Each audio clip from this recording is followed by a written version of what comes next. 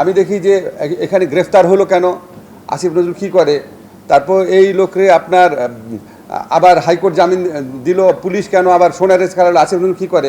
ভাই আপনাদের একটা কমন আন্ডারস্ট্যান্ডিং থাকতে হবে, মিনিমাম আন্ডারস্ট্যান্ডিং থাকতে হবে। পুলিশ রিলেটেড কোনো কিছুর ব্যাপারে আমার কোনো কিছু করার নাই, সাংবিধানিকভাবে কোনো কিছু করার নাই। যতই আমার গুড উইশেস থাকুক, যতই আমার রক্তক্ষরণ থাকুক, কেউ যদি ফলস মামলা করে তার ব্যাপারে আমার কিছু করার নাই। যেটা করার নাই এটা আমি কীভাবে করবো? আর পুলিশ যদি কাউকে গ্রেফতার করে সাবস্ট্যান্টিভ কোনো প্রমাণ ছাড়াও আমার কিছু করার নাই। যাই হোক, আমি আজকে সেন্ট্রাল থিমে ফেরত আসছি। এক হচ্ছে আমরা ডিজিটাল যে প্রোটেকশন অ্যাক্ট করেছি সেটার মাধ্যমে আমরা আগের সমস্ত মামলা বাতিল করেছি রহিতকরণ ধারাতে। মামলার ব্যাপারে আপনাদের বারবার বলি, মামলার ব্যাপারে আমাদের কিছু করার নাই। বাংলাদেশের মানুষ যদি ইনসেনসিটিভ হয়ে যায়, এক শ্রেণীর মানুষ যদি মামলা করার মধ্যে ব্যবসা করার প্রবণতা খুঁজে পায়, এক শ্রেণীর আইনজীবী, এক শ্রেণীর রাজনীতিবিদ যদি এর সাথে সামিল হয়, বাংলাদেশে কোনো পৃথিবীতে কোনো আইন নাই যে আপনি যা বলবেন আপনি মামলা করতে পারবেন না।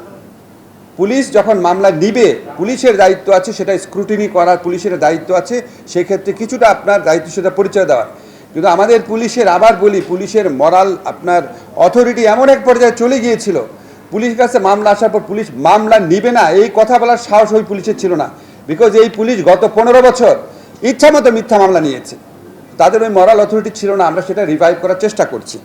এখন আপনি খেয়াল করে দেখেন, এই দেশে সমস্ত শ্রেণীর মানুষের বিরুদ্ধে মিথ্যা মামলা হচ্ছে।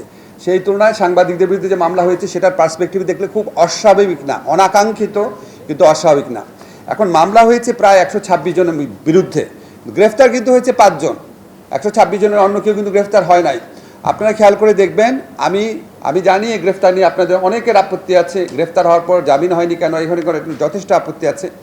আমি আপনাদেরকে শুধু একটা জিনিস বলি, ওনাদেরকে আমার যতটুকু জানি আমি, ওনাদের বিরুদ্ধে যে মামলাটা হয়েছে এটা সাংবাদিকতা করার জন্য মামলাটা হয় নাই। ওনাদের বিরুদ্ধে ইনসাইটমেন্ট টু ক্রাইম বা আপনার এই অ্যাবেটমেন্টের জন্য মামলাটা হয়েছে। সেখানে আপনারা অবশ্যই প্রশ্ন তুলতে পারেন যে ওনারা জামিন পাওয়ার অধিকার আছে কিনা, অবশ্যই এই ব্যাপারে আপনার প্রশ্ন তোলা যায়। কিন্তু মামলার ব্যাপারে আমাদের কিছু করার নাই, মামলা করেছে সাধারণ মানুষ।